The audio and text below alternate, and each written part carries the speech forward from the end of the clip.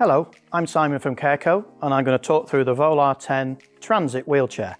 This wheelchair is available in graphite and crimson and comes in two seat widths, which is the 17 and the 19-inch seat width. Please check our website because these details may change.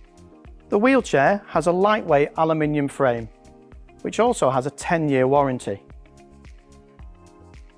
At the rear of the wheelchair, we have attendant brakes. These can also be locked in position by pressing down to aid when the occupant is coming out of the wheelchair.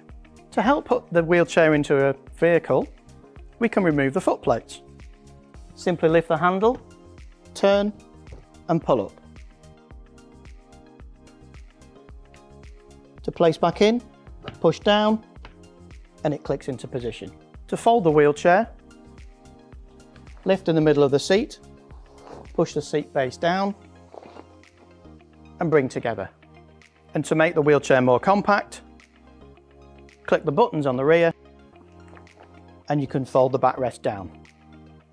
These are just some of the features that we love about the Volar 10 Transit wheelchair.